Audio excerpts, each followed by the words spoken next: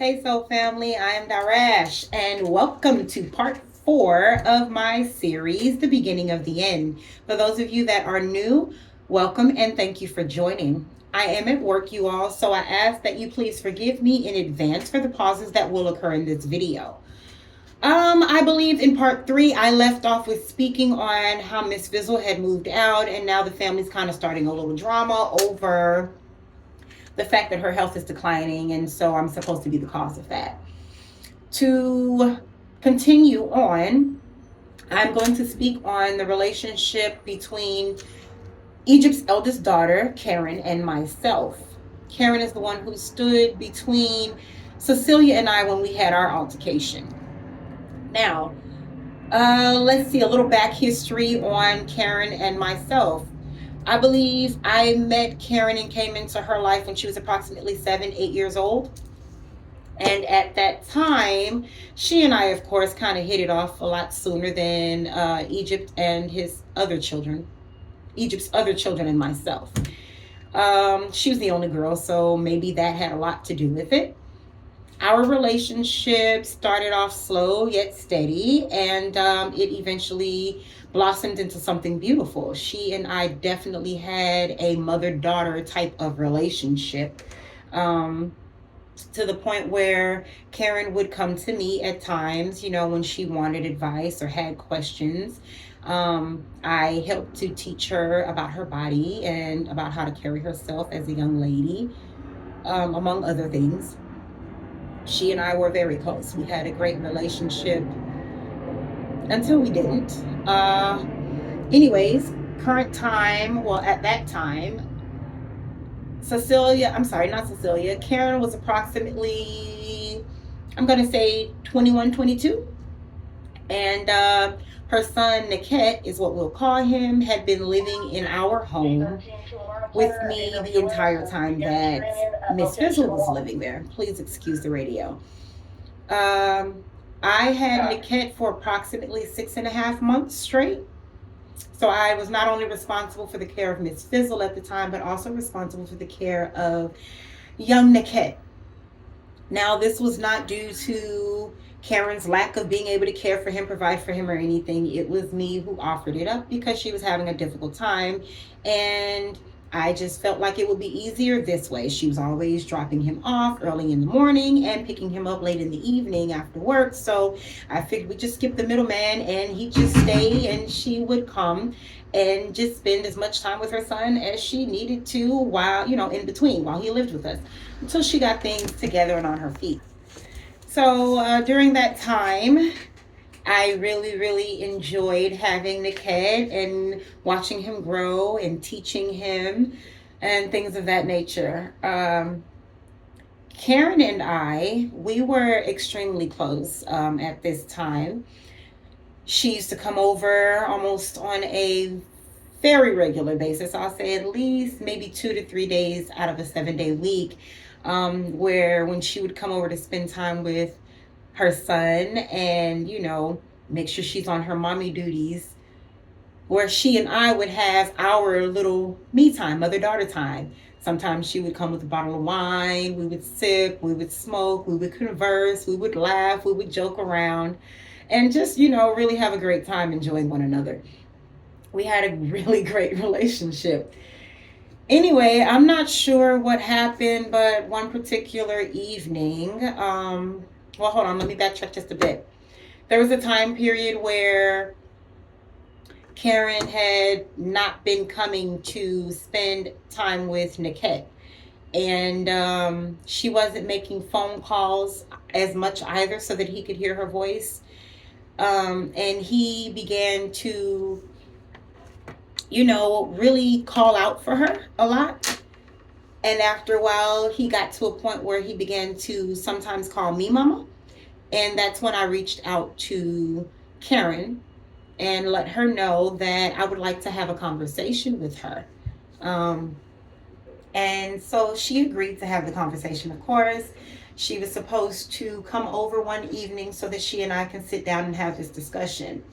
The particular evening that she was supposed to come over so that we can have this conversation, she came and she brought her cousin with her. That's what it was. She had brought a cousin with her. And with her cousin being there, I didn't feel comfortable enough to have that conversation with her. So I'm not gonna lie, I was a little irritated, mainly because this is like maybe my second or third attempt to try and have this conversation with her. And so, like I said, I was a bit frustrated with her. And so when she came, you know, she's a normal, typical self, and at least she appeared to be. And so, we were talking, and Egypt was there, her cousin was there, the baby was there, I was there. And so, after a while, I guess she clearly detected, my irritation. And so she asked, she said, "Mama, what's wrong with you?" And I told her, I said, "Well, baby," I said, "I'm a little irritated." And she said, "How come?" So I told her, I said, "Well, you knew that I wanted to have this conversation with you." I said, "But instead you brought your cousin." I said, "And now we can't talk." And so she immediately jumped in, being defensive, but with an attitude. And she's like, "Well, that was my only ride home from work," and, yada, yada. And I told her, I said, "I understand that." I said, "But there's a phone." I said, "You could have picked up the phone and said, 'Well, hey, Mom, I know you wanted to talk to me today, but I have my cousin here with me. She was my only ride. We can still talk if you like. Or, do you mind if we talk on another day?'" Like, communication is key, right? So I basically let her know this, and she immediately just like, "Well, it's been a long day. It's been a really long day." Yeah, I agree. I've had a long day as well. And so from there, she has this attitude out of nowhere. So with this attitude that she's got, she's like, "Where's my baby stuff? Because you ain't finna be taking your anger and your frustration out on me. I ain't did nothing to you." And I'm like, "No, I'm not taking nothing out on nobody, and, so now she wants to take the baby. I'm not gonna lie, yeah, that tugs on my heartstrings a little bit, because it's been at this time, 6 months? You ain't took him from me yet. You haven't. Like, his father comes and gets him on the weekends, and I have him during the week, and she comes and she spends her time with him during the week. So for her now to be like, "Get my baby stuff," I mean, there's nothing I can do about it. It's her son. So I go ahead and I start, no, I didn't, I'll take that back. I didn't touch anything. I'm sitting there, and Egypt, he's not saying anything, but she's like, "Bitch, didn't you hear me say get my baby stuff?" I know she ain't talking to me. She lost her goddamn mind. So I didn't say a goddamn thing. She's behind me at this point. And so now Egypt wants to chime in.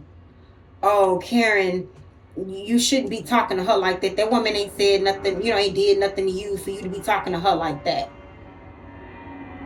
I don't care. She not finna be taking her anger out on me. Bitch, did you hear what I said? Okay, I'm not gonna lie. I'm shocked like a motherfucker. I'm really like stuck in my head. I hear her, and I know she talking to me, but I'm still like processing this shit at the same time, right? So I hear it, and I'm like, "Who the fuck is this? Like, this is Karen? My Karen? Like, talking to me, of all people, me? Like this? No, this isn't Karen, right?" So after the second time she called me a B and was like, "You don't hear me talking to you," I got up. I go around the couch. But I'm not getting up because I want to challenge her or fight or anything like that. I'm getting up because I'm hoping that if she sees me face to face, it will click, who I am, who you're talking to, So I get up, I go, and I stand in front of her, and I say, "Who you talking to?" And she, "Bitch, I'm talking to you." "Nah, Karen, who the fuck are you talking to?" She, "Get out my face," and she pushes me. Well, y'all, that's it. I already told y'all in a previous video. I'm an empress who sits on her throne, and I don't come off my throne for any peasant bitch unless they put their hands on me. She put her hands on me, y'all. Now, it was just a reflex, But the moment she pushed me, I had my phone in my hand, so instantly I threw it. The phone hit her in her face, side of her eye. She goes down like this. She comes up. When she comes up, there's blood everywhere. Just blood all down her hands, blood down her face. There's blood on my floors. There's just blood, and it's constant. Like, it's kind of gushing. I won't lie, that shocked the shit out of me because that was definitely not my intention. I only intended to defend myself, but this is my child. At least this is how I'm viewing her at this time. So when I saw the blood, I'm like, oh my gosh. I'm like, Karen, I am so sorry, baby. That was not, I didn't mean it, what I'm saying, to do that. And she's like, bitch, look what you did to my face. Look what you did to my face. And, there's blood everywhere. So she like, I fucking hate you. I hate you. All the fucking respect I had for you, if I ever respected you, I don't respect you now. And, she going off and she cussing and, she being real belligerent and everything. And, and I'm trying to get her to calm down. Like, Karen, calm down. You're tripping. Like, it wasn't, it's not what you think. So regardless of whatever, Egypt, he comes now and he wants to stand between the two of us. And so now Karen is pushing him, and she's pushing him over and over again in his chest. And she's telling him, like, this is your wife. That bitch is your wife. And you gonna let her, look what she did to my face. You gonna let her do this to me? That's your wife. She was like, I'm gonna fucking kill her. I'm gonna kill her. It's like that for her. It's like that. So she's pushing him, trying to get him out of the way. He's not saying anything to correct her on how she's speaking to him or anything. I guess, he's her father. He understands she's upset, whatever. So now it gets to a point where the baby's crying, and her cousin is there, and she's telling her, she's like, Karen, it was a reflex. Karen, she's like, calm down. That's Darash. Karen. And Karen ain't paying it no attention. So Karen is now on the opposite, like in front of the couch. We were at first behind the couch. And so now she grabs this candle holder, this glass candle holder that I had with crushed pieces of glass frosted on the outside. And she picks it up and she lunges it back. And she's like, I ought to bust your head or some shit like that, she says. And yeah, I'm shocked.